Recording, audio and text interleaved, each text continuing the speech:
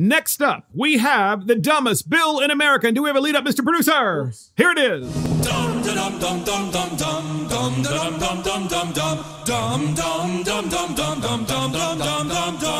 And it's the dumbest bill in America. And it is no eviction ever in New York. No eviction ever in New York. Otherwise known as expropriation of private property. So this is real, podcast listeners.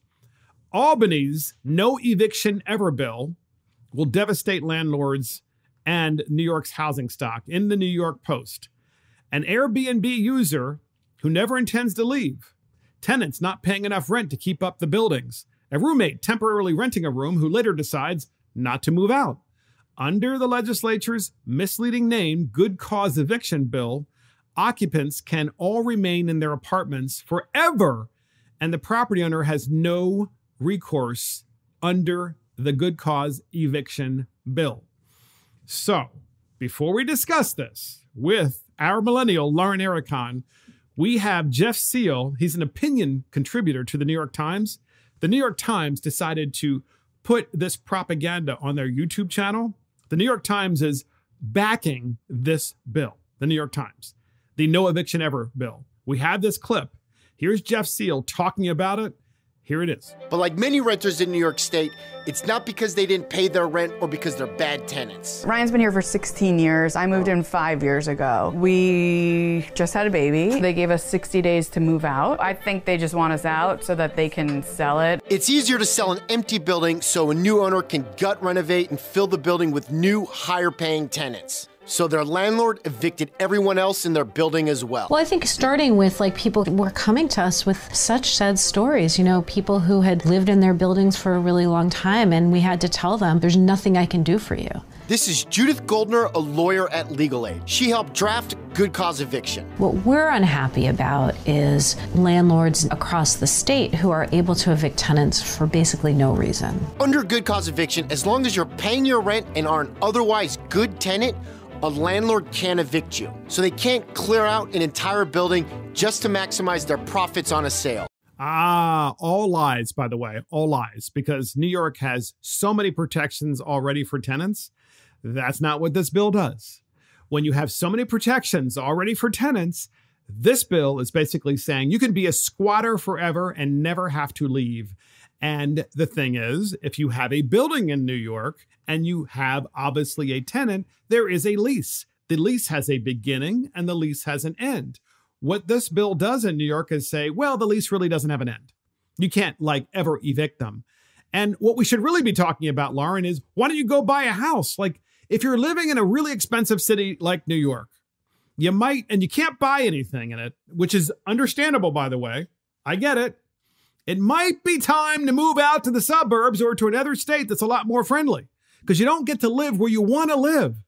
You get to live where you can afford. And that's the incentive in our system to try to get a better life, is to try to keep trading up the places where you live because you work for it. Absolutely. Welcome to Jersey, folks. Come on over, because now you can afford to buy a house. Yeah, Yes. I have so little pity for this. I mean, I own properties, rental properties, long-term and short-term.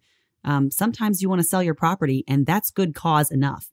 You don't need to prove that someone's a bad tenant to decide to sell the property that you own outright. That is crazy. Or you have a mortgage on. I mean, this has gotten so bad during COVID, and these liberals are really using COVID as an excuse to sneak through all of this really property theft bills. And it's hard already. I've never had to evict anybody because I go with my gut on tenants, but I have friends who've had to evict people, and it's almost impossible, even pre-COVID, to get people out of your house, even when they don't pay. So this bill's terrifying, and it makes me never want to go to New York. It is. Get this. In the New York Post, aimed at imposing draconian restrictions on free market apartments, this bill would create automatic lease renewal rights, even when tenants behave badly or landlords want to reclaim units for personal uses or to fix and sell the buildings. So you're the landlord, right? You have a lease. The lease has a beginning and the end. This bill in Albany, New York, would basically say, oh, well, we know that you have this private agreement. We're going to intervene ourselves and insert ourselves in this private agreement and extend the lease indefinitely. Oh, by the way, we know you own the apartment. We know you own this building that has a 2 or 3 apartments in it or more, and you want to move back in because you want to renovate it because that's what you've decided to do. Oh, but it's not your building anymore. It's theirs. That's where they live. You can't do it. Everyone's going to sell their real estate. But you know what? I think it's going to make real estate prices go down in New York faster than anywhere else. So if you're looking to buy and never rent, that might be a place. Well, here's another thing too. This is regulatory capture. And this is a term we've used before in Mark the Millennials. Regulatory capture is when you have a bill that passes that basically allows the really large companies to overcome the awful regulation, but it crushes everybody else. Correct. So if you have 5 or 6 apartments, or let's just say you have 5 or 6 houses and you rent them, right? That pales in comparison to someone who has 1,000 apartments. And that person who has 1,000 apartments might be able to weather this awful storm until maybe the political environment gets a little bit better. Right. But the small person, oh no, they're Absolutely. gone. Yeah. They're wiped out. I'm selling my long-term rental. I have a great renter, but the second he moves out and his family moves out, I'm selling it because I'm not going to continue to own a rental property that's a long-term rental in Baltimore County. They're already off their rocker. I can't wait to get rid of it. Agreed. And Lauren, here's what's interesting too, and I want your comment about this, is when you look at this picture in the New York Post, it shows you like a bunch of apartment buildings and they're ungodly ugly from the outside. And a lot of times I've been in New York City and I've seen these same buildings or buildings like them. And you say, why would anyone live there? Why is this so ugly? Why don't they try to make this more appealing to the eye? Here's the reason. The landlord has no incentive to do so because effectively he can't get this. He can't increase the rent control above 3% or 1.5% of the consumer price index. He can't do it. So it says the good cause eviction bill, if passed, would prevent landlords from raising rent above 3% or above 1.5% of the consumer price index, whichever is higher. So if you have people renting your building and you have like 1 meter on the outside of the building, then, and you've agreed already to pay for the utilities and so forth, then you're going to have to probably raise the rent significantly because of the increase in energy bills, which Democrats are causing. Yep. And then they're saying, no, you can't do it.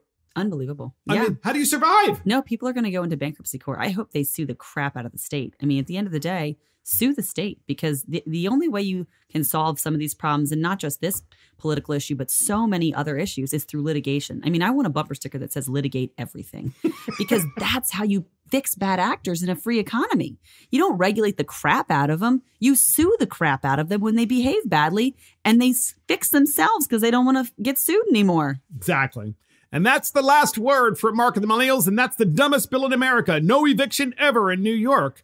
Thank you for joining Mark and the Millennials. This is Mark Fisher. Thank you to our producer, Christopher Hopkins, and our guest, Lauren Ericon. Check us out on iTunes, Spotify, YouTube, Facebook, Twitter, Getter, Parler, Rumble, and our website. See you next time.